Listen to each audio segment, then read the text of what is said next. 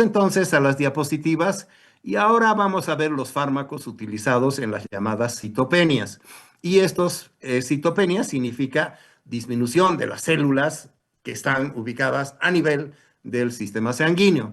Y vamos a ver que también existen alteraciones en los factores de crecimiento llamados crecimiento hematopoyético.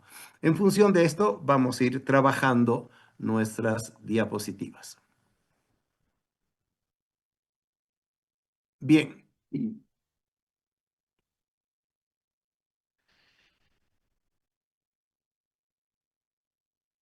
Eh, ¿Qué es lo que vamos a ver? Otros fármacos utilizados en las anemias, por ejemplo, la vitamina B12 y el ácido fólico, que ya lo hemos empezado hace un momentito, factores de crecimiento hematopoyético, la llamada eritropoyetina, y factores de crecimiento meloide y factores de crecimiento megacariocítico.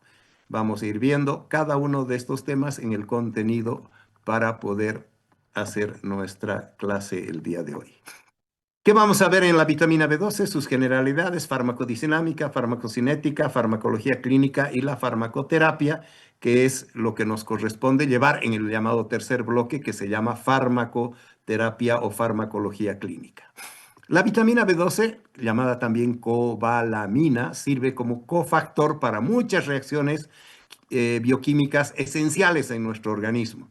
La deficiencia de esta vitamina produce la llamada anemia megaloblástica, síntomas y problemas gastrointestinales y lo peor, alteraciones muy importantes neurológicas. La desoxiadenosilcobalamina y la metilcobalamina son las formas más activas de esta vitamina, esas dos sustancias. La fuente de la vitamina B12 en la dieta es principalmente a partir de la síntesis microbiana en la carne, especialmente en el hígado, los huevos y los llamados también productos lácteos. Si nosotros vamos a ver, existe este factor importantísimo que es el factor intrínseco, ya que la vitamina B12 se considera y se llama factor extrínseco. El factor intrínseco es una proteína secretada por el estómago necesaria para la captación de la parte gastrointestinal de la vitamina B12 de la dieta. Entonces, es fundamental el factor intrínseco. Este factor intrínseco está secretado por las células de nuestro estómago, entre comillas. Esta vitamina B12 farmacodinámicamente, lo que sucede es que es esencial en dos tipos de reacciones, que ya lo hemos dicho, la conversión de metilmalonil coenzima A en succinil coenzima A, que es fundamental en el metabolismo de los lípidos esenciales para nuestra función neuronal.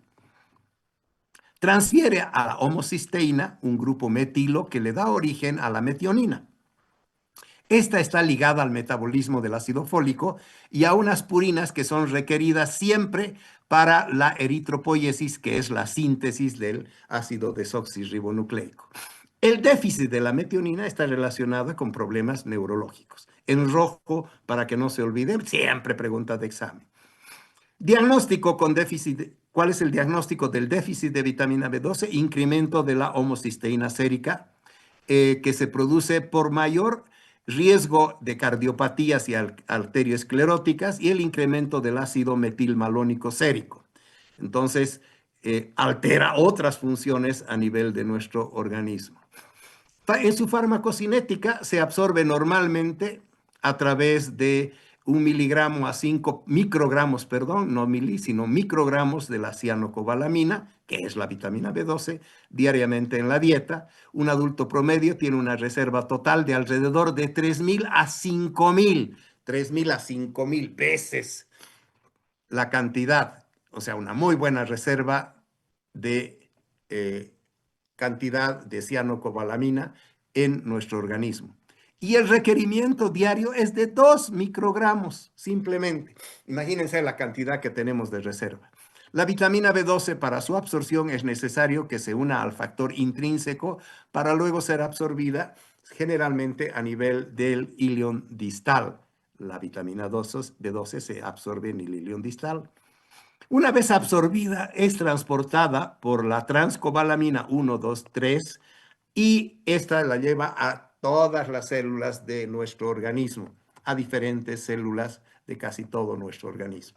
El cuadrito que les vamos a pasar para que ustedes lo puedan estudiar, verán que aquí está las secreciones del estómago, el factor intrínseco, aquí están colocados, las células parietales, aquí está la cianocobalamina y esta va a convertirse al final y se absorbe en el ilion distal.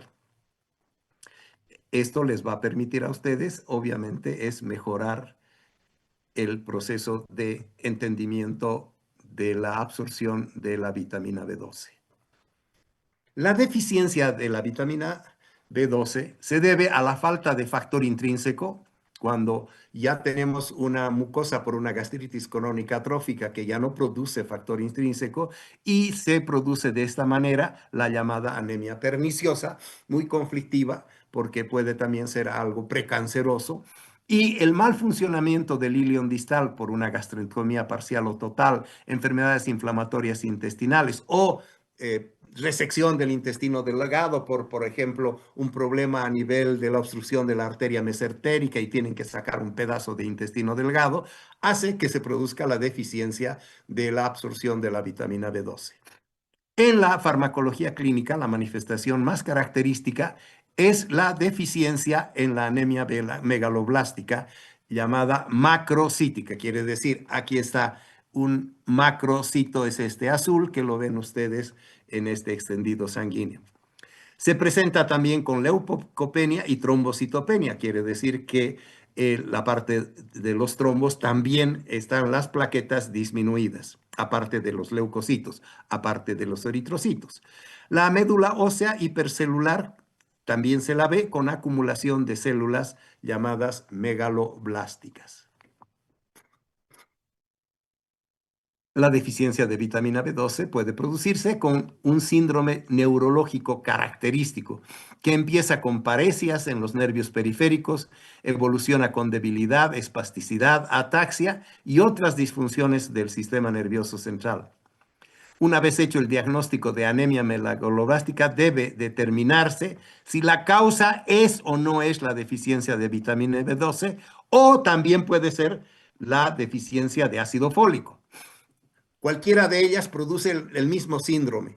Por lo tanto, hay que estar seguros de qué es lo que debemos dar. Para esto se hace la prueba llamada de Schilling, que es vitamina B12 marcada radioactivamente y se cuantifica cuánto se absorbe y cuánto se excreta de vitamina B12 a través de la orina. La mayoría de los pacientes no padecen síndromes de deficiencia curables y requieren un tratamiento de por vida con inyecciones de vitamina B12. Las causas más comunes en la deficiencia de la vitamina B12 es la anemia perniciosa, la gastrectomía parcial o total y enfermedades del ilion distal inflamatorias o por resección. La anemia perniciosa se origina por una secreción defectuosa del factor intrínseco y del ácido clorhídrico, porque si no hay ácido clorhídrico tampoco se absorbe el factor intrínseco. Y esto se produce en la llamada, como ya les decía, la atrofia gástrica en la mucosa, la atrofia de la mucosa gástrica crónica. Otra de las causas raras de la deficiencia de vitamina B12 incluyen el sobrecrecimiento bacteriano en el nivel del intestino delgado, la pancreatitis crónica y las enfermedades tiroideas. En casi todos los casos se origina una mala absorción de vitamina B12 para el tratamiento y se requiere inyecciones parenterales. Verán que ya no hay mucho la vía oral. La vitamina B12 para la inyección parenteral está disponible como cianocobalamina e hidroxicobalamina y se prefiere a esta última por mayor afinidad por las proteínas y permanece más tiempo en circulación. Si tiene mayor afinidad por las proteínas, farmacocinéticamente hablando, obviamente que pertenece más tiempo circulando y por lo tanto mayor duración de su acción. El tratamiento inicial comienza con 100 a 1000 microgramos de vitamina B12 por vía intramuscular al día o cada 3 días por 1 a 2 semanas para restablecer las llamadas reservas corporales. El tratamiento de mantenimiento consiste en 100 a 1000 microgramos por vía intramuscular una sola vez al mes y el tratamiento es de por vida, porque no hay quien le produzca la posibilidad de la absorción de la vitamina B12 al estar en los conflictos de la absorción que ya los hemos comentado. Pasamos al ácido fólico. El ácido fólico vamos a ver sus generalidades, su química, vamos a ver su farmacocinética, su farmacodinamia y vamos a ver su farmacología clínica y su farmacoterapéutica. El ácido fólico, hablando de las generalidades, proporciona precursores de la síntesis de aminoácidos, purinas y desoxirribonucleicos. La deficiencia está relacionada con la anemia megaloblástica, malformaciones congénitas que se pueden tener y también problemas de enfermedades vasculares que traen las malformaciones y los problemas de la deficiencia del ácido fólico. Químicamente es una pteridina que está unido a un PABA y este está unido al ácido glutámico y que conforman el llamado ácido teroico, y en conjunto el glutámico con estos forma el ácido fólico químicamente hablando. En su farmacocinética se puede absorber hasta el 50% del ácido fólico en el IE1 proximal en forma de poliglutamato de N5-metiltetrahidrofolato e ingresan en forma de 50 a 200 microgramos al día, normalmente con la dieta. Se distribuye ampliamente por todo el organismo dentro de las células en forma de N5-metiltetrahidrofolato y se convierte en tetrahidrofolato por desmetilación y para esto se requiere la vitamina B12. Por lo tanto, el ácido fólico y la vitamina B12 están unidos y relacionados muy íntimamente. La deficiencia de uno produce el problema en el otro. Se almacena de 5 a 20 miligramos en el hígado. Miren la cantidad, 1000 veces más. Y otros tejidos. Las reservas son bajas y los requerimientos diarios son altos.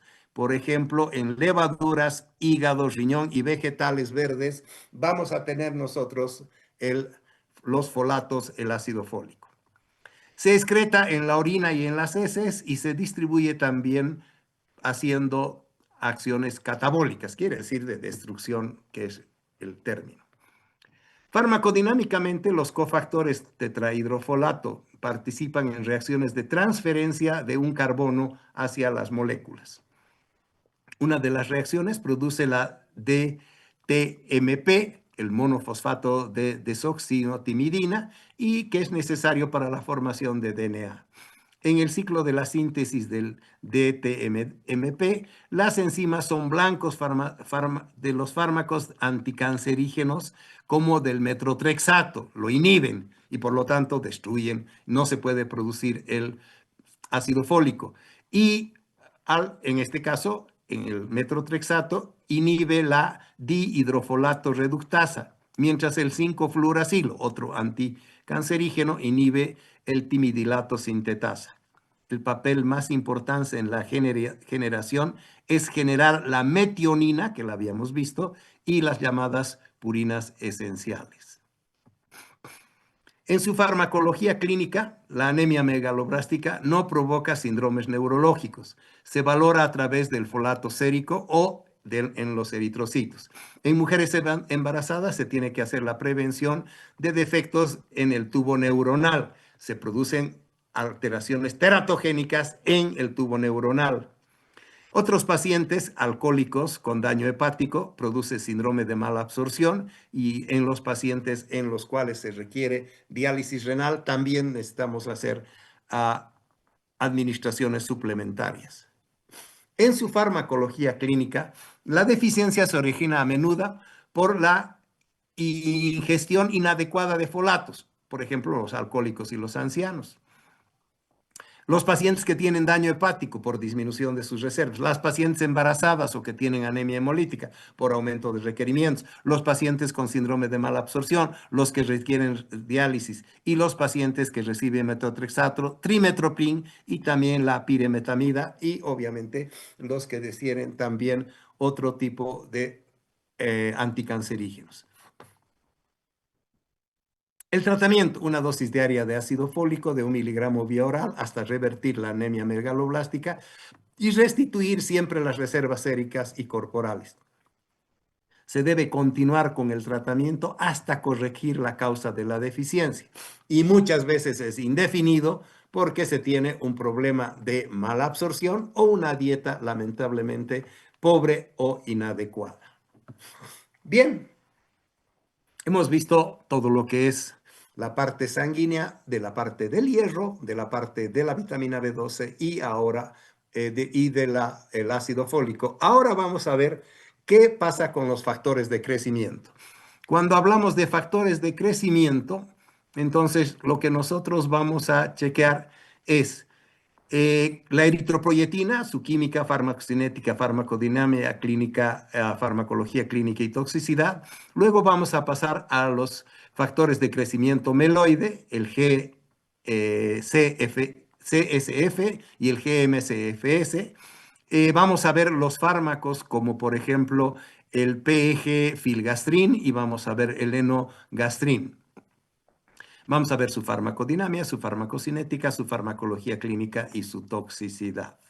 También vamos a ver los otros factores de crecimiento llamados hematopoyéticos, el factor de crecimiento megacariocítico, que conocemos como la trombopoyetina IL-11, y los agonistas de los receptores de trombopoyetina,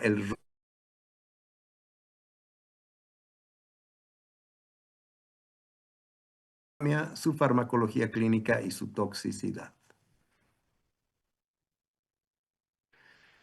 Bien, empezamos con los factores de crecimiento hematopoyético. Son hormonas glucoproteicas que regulan la proliferación y la diferenciación de las células progenitoras que se encuentran en los elementos hematopoyéticos de la médula ósea. Estos son, el primero, la eritropoyetina, que es una composición que tiene que ver con la epoetina alfa y la epoetina beta. El factor estimulante de las colonias de granulocitos, que es factor estimulante de colonia de granulocitos, obviamente viene del inglés, el, la condensación de esto, su acróstico, y el factor estimulante de colonias de granulocitos y macrófagos, que se los conoce como GM, granulocitos macrófagos, factores de crecimiento de los granulocitos macrófagos. La interleuquina 11, que tiene el nombre de IL-11, y los agonistas de los receptores de trombopoyetina, que son el romiplastin, que se lo conoce AMG 531, y el trombopag, como los elementos farmacológicos. Comenzamos a hablar de la eritropoyetina. La eritropoyetina, en su química y farmacocinética, es una eritropoyetina humana recombinante, cuya expresión está dada por la epopoyetina alfa y se produce en un sistema de expresión celular de todos los mamíferos. Tiene una vida media de 4 a 13 horas en pacientes con insuficiencia renal crónica, no se depura por diálisis y se administra 3 veces por semana por vía endovenosa. La darbepoetina alfa es una forma modificada y tiene una vida media que es 2 a 3 veces mayor que la epopoyetina alfa y administrada, por lo tanto, una sola vez a la semana y no 3 veces a la semana. La metoxipolietilenglicol, que es la epopoyetina beta, químicamente hablando, es la de acción prolongada y se administra solo cada 2 a 3 semanas en una dosis única por vía intravenosa o por vía subcutánea. Farmacodinamia de las eritropoyetinas estimula la proliferación y diferenciación de los eritrocitos por interacción con los receptores específicos de las células progenitoras de eritrocitos. Estas células progenitoras se llaman JAK-STAT. Induce la liberación de los reticulocitos de la médula ósea en condiciones normales, menor a alrededor de 20 unidades internacionales por litro, y existe una relación inversa entre el hematocrito y la cantidad de eritropoyetina, excepto si en la insuficiencia renal, que es crónica, puede tener una mejor respuesta cuando tratamos con eritropoyetina de tipo exógeno. Los agentes estimulantes de la eritropoiesis, las llamados ESA, se usan en la anemia por insuficiencia renal crónica, elimina la necesidad de las transfusiones, mejora el hematocrito y la hemoglobina, y la falta de respuesta se debe a una deficiencia o de hierro o de folato. Hay que corregir esto. La anemia con trastornos primarios de la médula ósea y la anemia secundaria a la quimioterapia en un problema de supresión medular.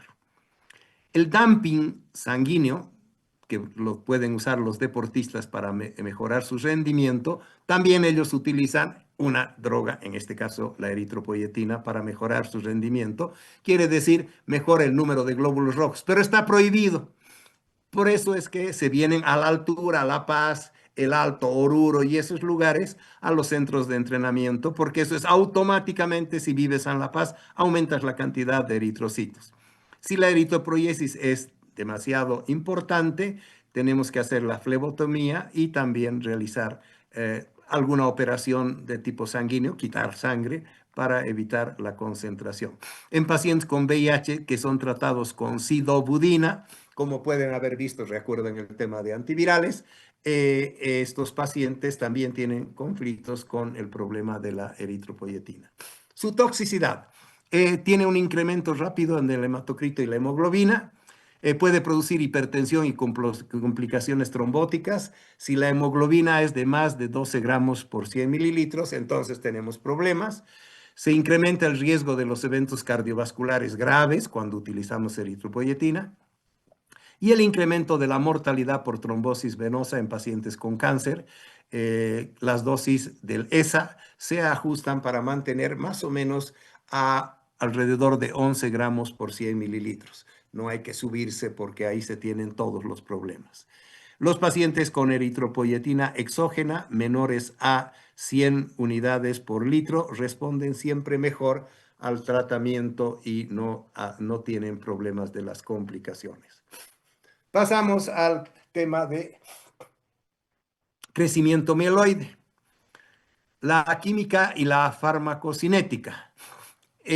Cuando vemos, ya hemos visto el GCSF humano recombinante, se lo conoce con el nombre farmacológicamente del filgastrin, el GM con el nombre de sargramostin, y su vida media es de 2 a 7 horas y se lo utiliza por vía endovenosa o subcutánea. El pegfilgrastim es un producto de conjugación que tiene una mayor vida media y por lo tanto más utilizado. Y para evitar ciertos efectos, también se tiene la nevogastrin. La nevogastrin es una forma glucosilada del factor de crecimiento meloide.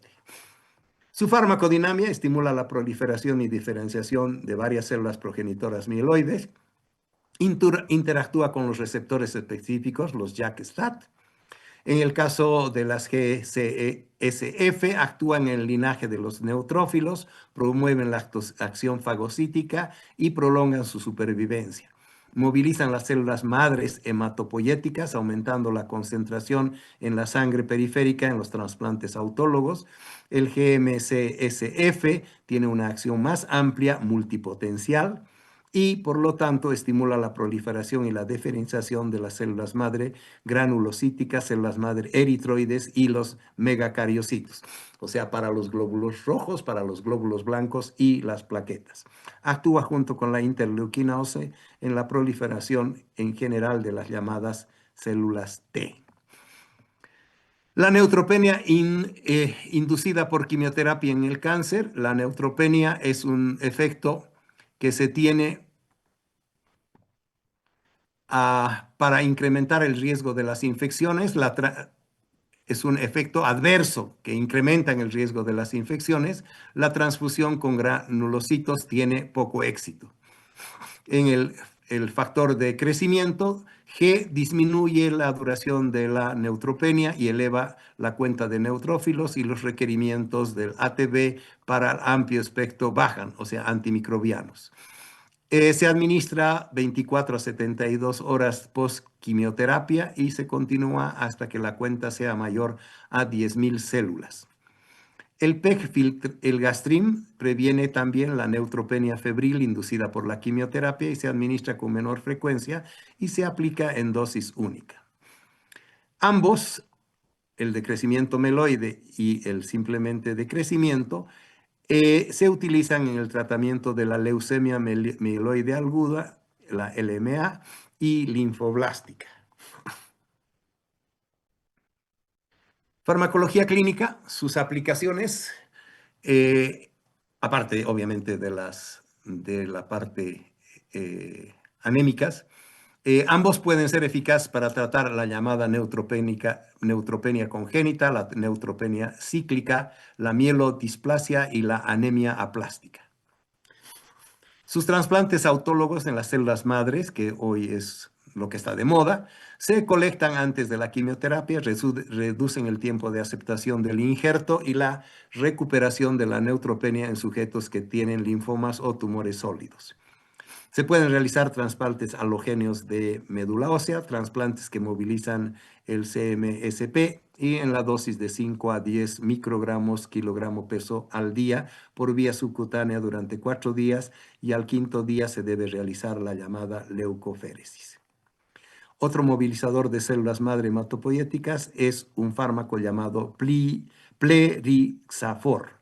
El Plerixafor también es utilizado para movilizar las células madre.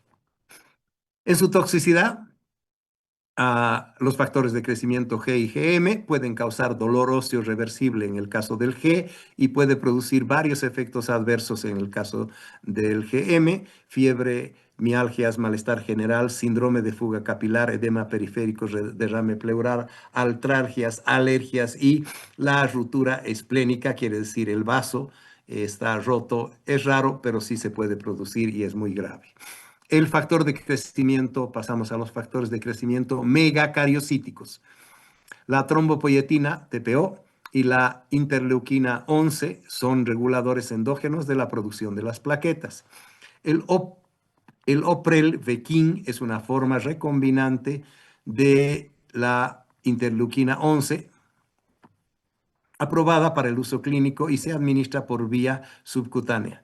El romiplastin es aprobado por la Food Drug Administration para tratar la trombocitopenia inmunitaria crónica y es un agonista peptídico de los receptores de trombopoyetina. El eitrotrombopag es un nuevo agonista no peptídico del receptor de trombopoyetina. Es activo por vía oral para el tratamiento de la trombocitopenia inmunitaria crónica y tiene una semivida de 26 a 35 horas. Una semivida larga, por supuesto. En los factores de crecimiento, su farmacodinamia, la interleuquina actúa a través de los receptores de citocina, estimulando el crecimiento de múltiples células linfoides y mieloides. Actúa por sinergismo junto con otros factores, estimulando el crecimiento de sus progenitores, los megacariocitos primitivos, y aumenta el número de plaquetas y neutrófilos periféricos. El romiplastin y el trombopag tienen afinidad por el receptor MPL humano, causan incremento del recuento de plaquetario y que son dependientes de la dosis. Dos fármacos nuevos que el año pasado no los hemos tomado en cuenta, el avatrombopag, que es un agonista de la trombopoyetina activo por vía oral y causa incremento del recuento plaquetario. Y la llamada fostamatinib, es un inhibidor de la sinasa que se lo utiliza por vía oral y lo que hace es disminuir la posibilidad de destrucción muy rápida de las plaquetas. Esto por una acción antiinflamatoria importante. La interleuquina 11, aprobada por la Food Drug Administration, para la prevención de trombocitopenia en pacientes que reciben quimioterapia citotóxica, reduce el número de transfusiones plaquetarias en pacientes con trombocitopenia severa, que son post-quimioterapia, quiere decir fármacos antimicrobianos, y que no tiene efecto sobre la leucopenia ni la neutropenia. Por vía subcutánea se lo utiliza a dosis de 50 microgramos al kilo peso día tiene alrededor de 6 a 24 horas después de complementar la quimioterapia y se continúa luego por 14 a 21 días hasta que la cuenta de plaquetas esté mayor de 50.000 plaquetas por unidad por litro. Eh, La toxicidad, la fatiga, la cefalea, mareos y efectos cardiovasculares son característicos. La anemia, el acúmulo de líquido en los pulmones, arritmias auriculares e hipopotasemia se producen con las interleuquinas 11. ¿Y cuál es su toxicidad? El, el trombopag es un hepatotóxico, produce trombosis de la vena porta, serio.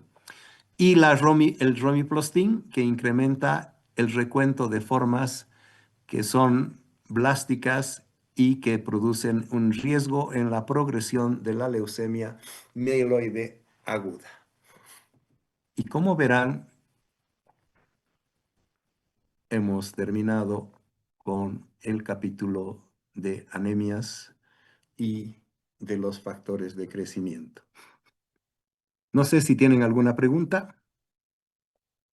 En general hacemos un repaso al final de todos los temas, pero si tienen alguna pregunta y habrán visto que el procedimiento, la forma y todo lo que estamos haciendo corresponde perfectamente y nos permite terminar con este espacio de 5 minutitos antes de que automáticamente se corte el Zoom, de acuerdo a las reglas del Zoom que para cuando utilizas para menos de 100 personas y cuando solo te dan 40 minutos, en la forma que lo hacemos, habrán visto, cumplimos perfectamente con toda nuestra actividad sin ningún problema y está, digamos que fríamente calculado.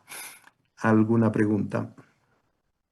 Bien, el día de Doctor, mañana tenemos una sola horita. yo tengo una Vamos a pregunta. iniciar el avance de las dislipidemias. Perdón, Tengo Valerie, una pregunta, doctor. Sí, dime. ¿cuál sería la duración recomendada del tratamiento para la anemia ferropénica una vez que los niveles de hemoglobina han vuelto a la normalidad? Claro, exactamente. La forma es muy sencilla de ver en cuánto está tu hemoglobina y si ya tu hemoglobina ha vuelto a la normalidad, no se necesita seguir colocando hierro porque lo único que vas a hacer es empezar los efectos tóxicos y hemos dicho, el hierro es un elemento altamente tóxico. Si lo tienes en exceso, obviamente, ¿no? Bien, Gracias, doctor. gracias. Entonces, para mañana iniciamos